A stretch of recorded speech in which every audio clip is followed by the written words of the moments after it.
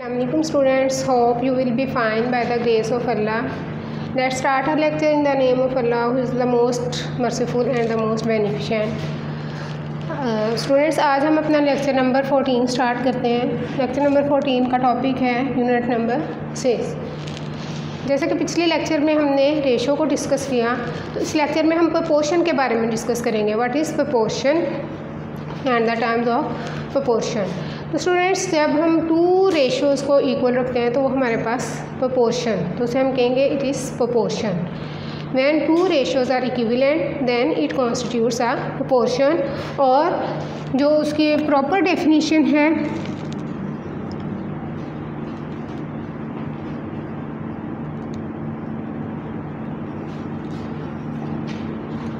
Proportion के बारे में सबसे पहले अगर हम डिस्कस करें तो उसकी एक प्रॉपर डेफिनेशन बनती है। उसमें हम इस चीज़ को डिस्कस करते हैं when four quantities are so related that the ratio of the first and the second quantities are equal. When four quantities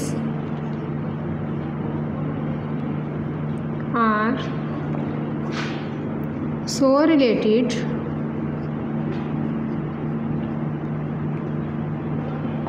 that the ratio of first and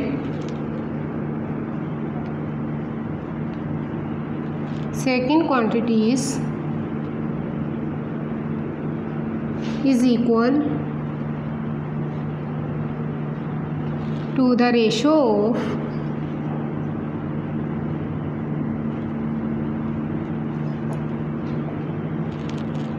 third and fourth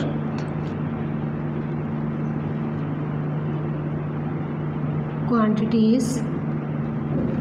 When four quantities are so related that the ratio of first and second quantities is equal to the ratio of third and fourth quantities, then it is called proportion। Then these four quantities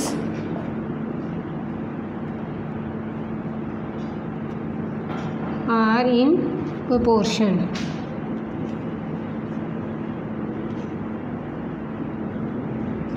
हाँ जी students, ये हमारे पास proportion की definition है। इसके according हम ये चीज़ discuss कर रहे हैं कि हमारे पास या तो टू रेशोज़ को अगर हम एक दूसरे के इक्वल रखें, वो इक्विवेलेंट हों तो प्रोपोर्शन बनेगा। या हम कहते हैं कि when four quantities are so related that the ratio of the first and second quantities is equal to the ratio of the third and the fourth quantities, then these four quantities are in ratio. Thus proportion is the equality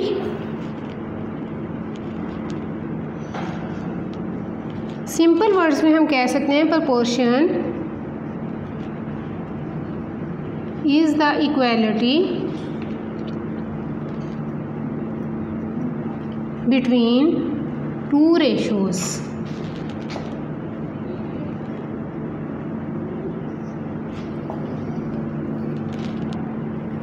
in simple words हम कह सकते हैं proportion is the equality between the two ratios। In order to represent a proportion,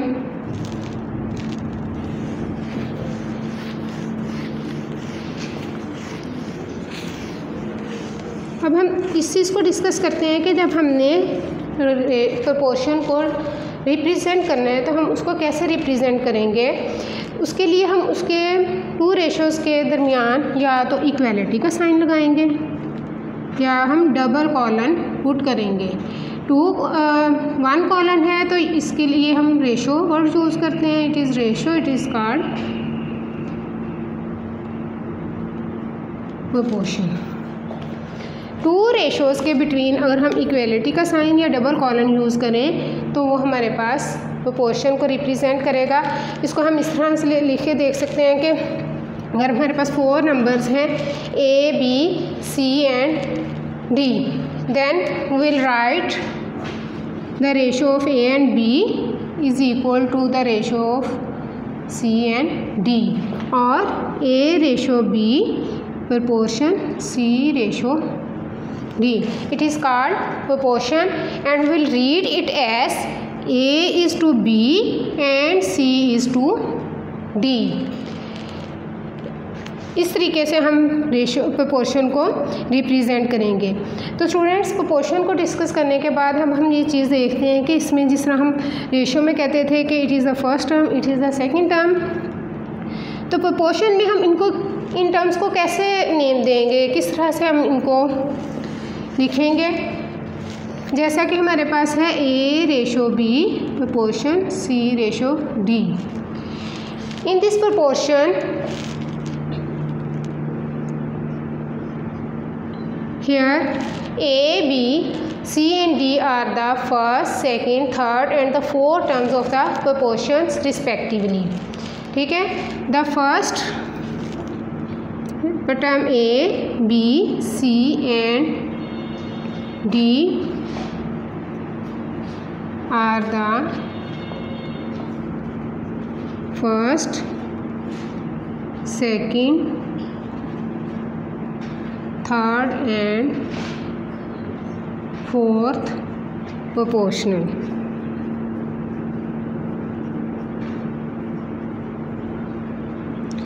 students, इसमें A is the first, B is the second, C is the third and D is the fourth proportional, and first and last terms A and D are called extremes.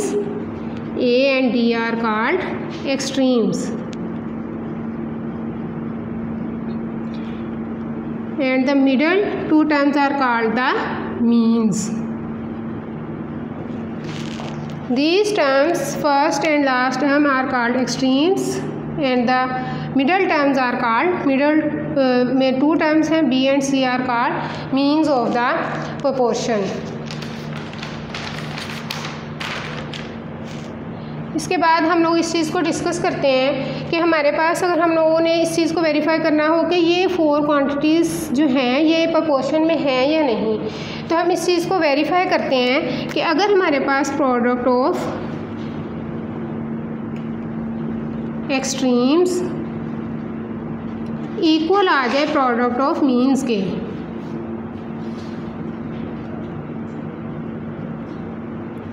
then the four quantities are in proportion. Product of extreme will be must be equal to product of means, then these four quantities are in proportion। इस equality के base पे एक चीज़ हमारे पास आती है cross product. Cross product को जब हम डिस्कस करते हैं तो उसकी डेफिनेशन है हमारे पास क्रॉस प्रोडक्ट की,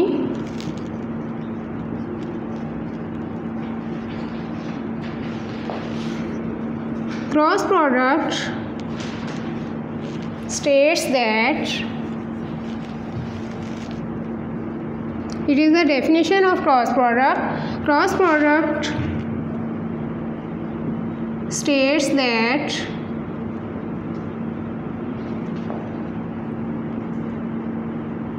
product of extremes is equal to the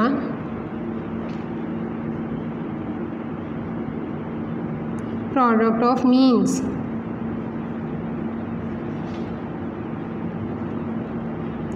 Then it is called cross product। और ये हमारे पास उसी चीज़ से आता है कि अगर हमने ये चीज़ चेक करनी है कि फोर क्वांटिटीज़ जो हमें गिवन है क्या उनसे प्रोपोर्शन फॉर्म होता है या नहीं, तो उसमें हम कहते हैं कि अगर प्रोडक्ट ऑफ एक्सट्रीम इक्वल आ जाए प्रोडक्ट ऑफ मीन्स के, देन वो फोर क्वांटिटीज़ प्रोपोर्शन में होंगी। इसी चीज़ को जब हम डेफिनेशन में लेते हैं तो ये क्रॉस प्रोडक्ट रूल बनता है। Cross product rule states that product of extremes is equal to product of means. तो इसके बाद 6th क्लास हम लोग कॉन्टीन्यूड प्रोपोर्शन को डिस्कस करते हैं। कॉन्टीन्यूड प्रोपोर्शन में हमारे पास 3 क्वांटिटीज़ डिस्कस होंगी, A, B and C। If there are 3 quantities A, B and C, then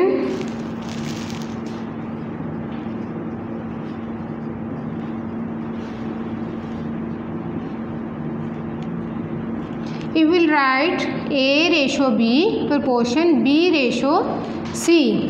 Then these three quantities A, B and C are will be in continued proportion, where A is called the first term, B is the second and C is the third term of proportion. तो students आप हम लोगों ने proportion, cross product और continued proportion को discuss किया. इसके बाद अब हम लोग अपनी एक्सरसाइज 6B स्टार्ट करते हैं. एक्सरसाइज 6B के क्वेश्चन नंबर 1 में देखें, वो हमें कंटिन्यूड प्रोपोर्शन गिवन है उसमें, और उसमें हम क्रॉस प्रोडक्ट रूल यूज़ करते हुए क्वेश्चन को सॉल्व करेंगे.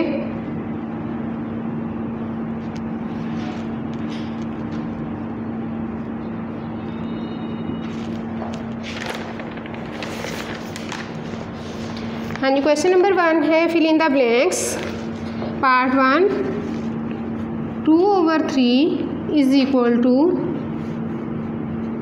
अब न्यूमिनेटर में कुछ नहीं गिवन, डिनोमिनेटर में 18 है और इधर भी न्यूमिनेटर में कुछ भी नहीं गिवन और डिनोमिनेटर में 24 दे रहे हैं. ये थ्री क्वांटिटीज़ जो हैं वो हमारे पास रेशोज़ को अगर रिप्रेजेंट कर रही हैं, कॉन्टिन्यूड प्रोपोर्शन है, तो उसमें उन्होंने कहा कि ये 2 टर्म्स आपने फाइंड आउट करनी है. तो हम सपोज करते हैं सबसे पहले let 2/3 is equal to x/18 and it will be equal to y/24. तो इसमें क्रॉस प्रोडक्ट रूल को यूज़ करने के लिए हम क्या करेंगे, सबसे पहले हम इन 2 टर्म्स को लेंगे. 2/3 is equal to x/18 using cross product. Using cross product, अगर हम इसमें क्रॉस प्रोडक्ट को यूज़ करते हैं तो हमारे पास 2 × 18 होगा और 3 × x. These are the extremes and these are the means. 3 × x will be equal to 2 × 18, and when we solve this equation 3 will be divided on right hand side. 2 × 18 divided by 3. x is equal to 3, 6 are 18 and 6 2s are 12. तो हमारे पास x की value आती है 12. Okay students, इसके बाद अब हम लोग इधर 12 पुट करके आगे इसको सॉल्व करेंगे. तो ये हमारे पास आएगा 2/3 is equal to 12/18 and will be equal to y/24. अब हम क्या करेंगे, 12/18 को now 12/18 will be equal to y/24. Again इसमें हम क्रॉस प्रोडक्ट को ही यूज़ करेंगे और क्रॉस प्रोडक्ट में हम 18 × y किसके इक्वल आएगा हमारे पास 24 × 12.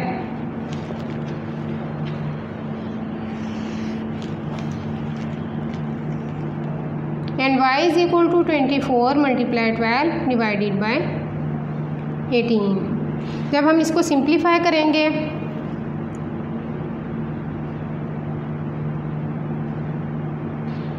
कटिंग होगी. 6 3s are 18, 6 2s are 12, 3 1s are 3 and 3 8s are 24. तो y की वैल्यू हमारे पास आ जाएगी 16. अब हमारे पास पार्ट नंबर 1 में जो x और y हमने सपोज किए थे उनकी वैल्यूज़ आ गई हैं. उनकी वैल्यूज़ को इधर पुट करेंगे तो हमारे पास आ जाएगा 2/3 is equal to 12/18 and it is equal to 16/24. It is our required answer. इसके बाद सेकंड पार्ट आप लोगों ने सेम इसी तरीके से सॉल्व करना है. थर्ड पार्ट में डेसिमल नंबर्स आ रहे हैं, वो एक पार्ट में आपको सॉल्व करवा देती हूँ, बाकी फोर्थ और फिफ्थ आप लोगों ने इसी तरीके से सॉल्व करने हैं. तो थर्ड पार्ट आप लोग नोट करें.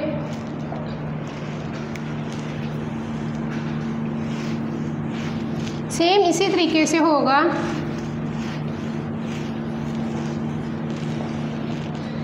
हाँ जी, अब हमारा क्वेश्चन नंबर 1 का पार्ट 3 है. पार्ट 3 में उन्होंने हमें जो रेशोज़ दी हुई हैं 3 रेशोज़, वो है 0.1/0.6 is equal to 2/3 missing number is equal to missing number over 24। अब हम क्या करेंगे, let 0.1 over 0.6 is equal to 2 over x and will be equal to y over 24। अब हमारे पास x और y हमने अननोन टर्म्स के लिए सपोज किए हैं। अब हम इनको सॉल्व करते हैं। सबसे पहले हम इन टू रेशोज़ को सॉल्व कर लेंगे। 0.1 over 0.6 is equal to 2 over x। हमने क्रॉस प्रोडक्ट पढ़ा है, मेथड यूजिंग क्रॉस प्रोडक्ट। इसको हम जब क्रॉस प्रोडक्ट से सॉल्व करेंगे तो हमारे पास ये नंबर इससे मल्टीप्लाई होगा और ये 2 0.6 से मल्टीप्लाई होगा। 0.1 multiply x is equal to 2 multiply 0.6। तो x हमारे पास आ जाएगा, जो 0.1 x के साथ मल्टीप्लाई हो रहा है वो इधर आके डिवाइड हो जाएगा।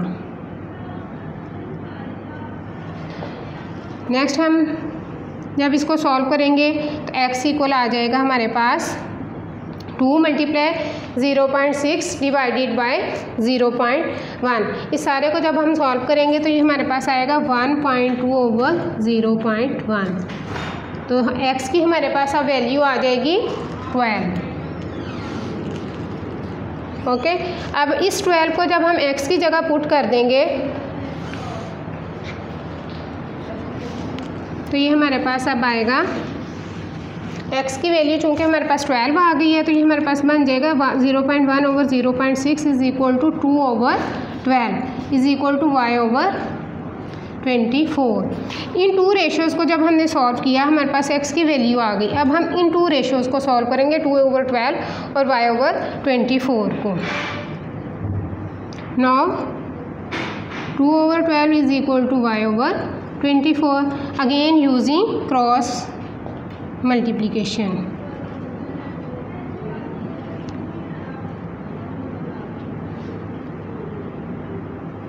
क्रॉस प्रोडक्ट और क्रॉस मल्टीप्लिकेशन जब हम लेंगे 12 मल्टीप्लाई y होगा इज़ इक्वल टू 24 मल्टीप्लाई 2। इसको नेक्स्ट हम इधर सॉल्व कर लेते हैं। y किसके इक्वल आ जाएगा, 12 multiply 2 divided 24 multiply 2 divided by 12। 12 2s are 24 and y is equal to 4। तो ये हमारे पास 3 रेशोज़ कंप्लीट हो जाएंगी, 2 ओवर 12 और y की जगह हम 4 पुट करेंगे। सो अब हम इधर पुट करेंगे y की जगह वैल्यू 4। सो फाइनल आपका आंसर आ रहा है 0.1 over 0.6 is equal to 2 over 12 is equal to 4 over 24। It is the required answer.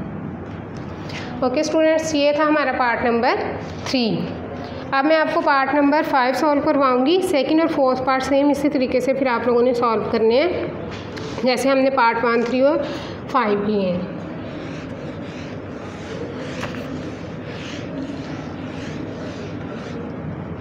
Part number 5 में जो रेशोज़ दी हुई हैं वो हैं, इसकी रेशो के फर्स्ट टर्म मिसिंग है is equal to 1 over 4 is equal to 0.5 over इसमें ये टर्म जो है वो अननोन है। तो सेम पिछले पार्ट्स की तरह ही हम इधर x लिखेंगे, x ओवर 5 सपोज करेंगे। Let x over 5 is equal to 1 over 4 and it is equal to 0.5 over y। Now two ratios x over 5 और 1 ओवर 4 को हम इन दोनों को पहले सॉल्व करेंगे।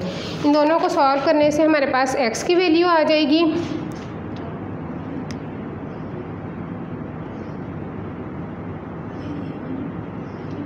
Using cross product x multiply 4 is equal to 5 multiply 1। तो ये x हमारे पास आ जाएगा 5 अंदर 5, ये 4 इधर आके डिवाइड हो जाएगा। इसको अगेन हम मिक्स फ्रैक्शन में लिखेंगे। x इज़ इक्वल टू 5 को जब हम 4 से डिवाइड करेंगे तो यहाँ हमारे पास आ जाएगा 1 होल नंबर 1 ओवर 4। अब हम इस x की वैल्यू को इधर पुट करेंगे जहाँ हम x सपोज किया था और उसके बाद हम इन टू रेशोज़ को नेक्स्ट y के लिए सॉल्व कर सकते हैं। सो 1 whole number 1/4 divided by 5 is equal to 1/4 and it is equal to 0.5/y. Okay, अब हम नेक्स्ट 2 इन 2 तो अब हम लेंगे 1/4 को और 0.5/y को. Now 1/4 is equal to 0.5/y. तो y multiply 1 is equal to 0.5 multiply 4 आ जाएगा. अब हम यहाँ पे भी हमने यूज़ किया क्रॉस प्रोडक्ट को.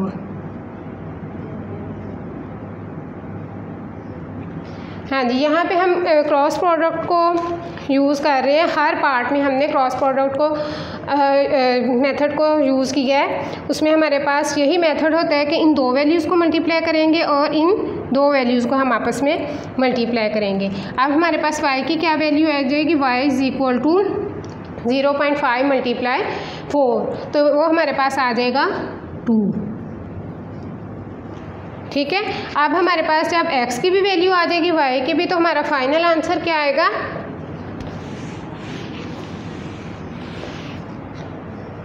x की हमारे पास वैल्यू आई थी 1 होल नंबर 1/4/5, ये हमारे पास 5 आ जाएगा, is equal to 1/4 is equal to 0.5/2. So it is the final answer. ठीक है, अब हमने क्वेश्चन नंबर 1 के 3 पार्ट्स जो सॉल्व किए हैं उनमें हमने देखा कि अगर हमारे पास रेशोज़ 3 रेशोज़ 2 3 या 4 रेशोज़ अगर एक दूसरे के इक्वल हैं, उनमें कोई मिसिंग एलिमेंट है, तो उसको हम क्रॉस प्रोडक्ट से कैसे सॉल्व कर सकते हैं. इसके बाद हम क्वेश्चन नंबर 2 सॉल्व करते हैं. उसकी स्टेटमेंट है हाँ जी, क्वेश्चन नंबर 2 में उन्होंने स्टेटमेंट दी है the ratio of 2 quantities is 2:7. If the first quantity is 28 find the second quantity. तो जब 2 क्वांटिटीज़ की रेशो गिवन हो और उनमें से 1 क्वांटिटी दे के वो कहें कि दूसरी क्वांटिटी आपने फाइंड आउट करनी है, तो उसके लिए आपने क्या करना है, सबसे पहले आपने जो गिवन है वो लिखना है स्टेटमेंट में, ratio of 2 quantities is equal to 2:7. 2:7 mean 2/7. और फर्स्ट क्वांटिटी उन्होंने दी हुई है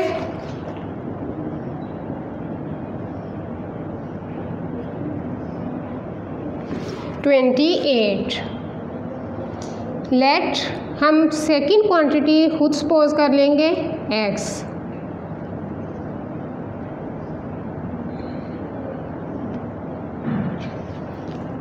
एज फर्स्ट क्वांटिटी और सेकंड क्वांटिटी की जो रेशो होगी, फर्स्ट क्वांटिटी और सेकंड क्वांटिटी की रेशो,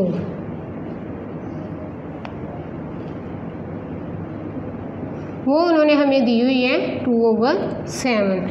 अब हम फर्स्ट क्वांटिटी की जगह 28 पुट करेंगे और सेकंड क्वांटिटी जो हमने x सपोज की वो लिखेंगे और इसको इक्वल लिख देंगे 2/7. यहाँ पे फिर देखें आप, क्रॉस प्रोडक्ट मेथड ही यूज़ होगा. यूजिंग क्रॉस प्रोडक्ट, तो ये हमारे पास आ जाएगा 2 multiply x is equal to 28 multiply 7. इसको अब हम सॉल्व करते हैं. तो ये हमारे पास आ जाएगा x is equal to 28 multiply 7 divided by 2. तो x इक्वल आ जाएगा, इस 2 की कटिंग कर देंगे तो 14 7 = 98. ये 98 जो है हमारे पास आंसर है, जो कि हमने x को सपोज किया था कि ये हमारे पास सेकंड क्वांटिटी है. So second quantity is equal to x जो हमने सपोज की थी वो हमारे पास आ रही है 98. It is the required. Okay students, question number 2 की आप लोगों को अच्छे तरीके से समझ आ गई होगी। अब हम क्वेश्चन नंबर 3 करते हैं।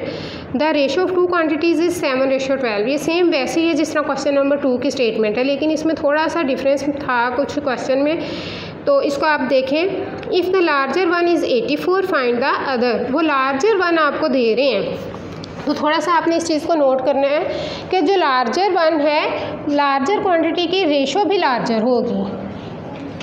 जो आपको रेशो गिवन है 7:12, उसमें जो 12 है वो लार्जर क्वांटिटी की रेशो है। Question number 3, ratio of 2 quantities is equal to 7:12.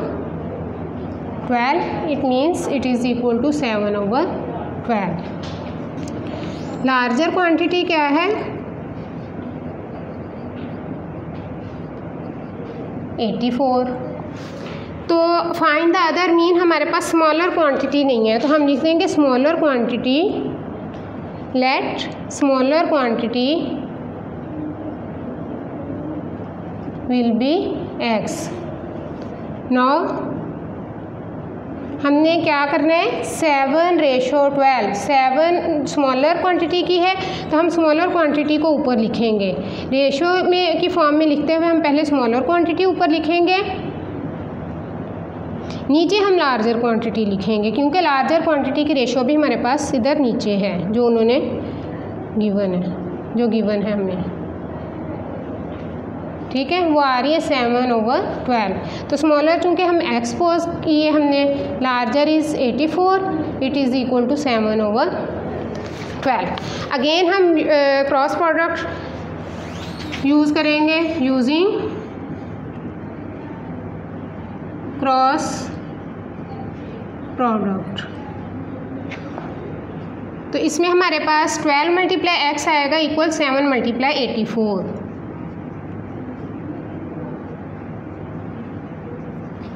अब इसको हम सॉल्व करते हैं।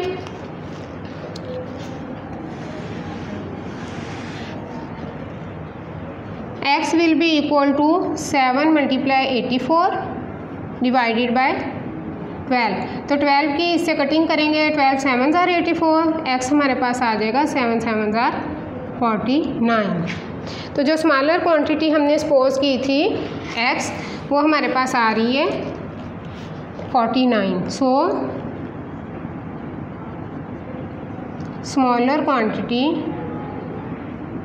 is equal to x is equal to 49. It is the required answer. Okay students, मैं उम्मीद करती हूँ आपने ये लेक्चर अच्छे तरीके से सुना होगा, जिसमें हमने एक्सरसाइज के क्वेश्चन नंबर 1, 2 और 3 को सॉल्व किया है। अब आप लोगों ने इसको अच्छे तरीके से समझना है और इसकी बार बार प्रैक्टिस करनी है। अल्लाह हाफिज़, दुआ में याद रखें।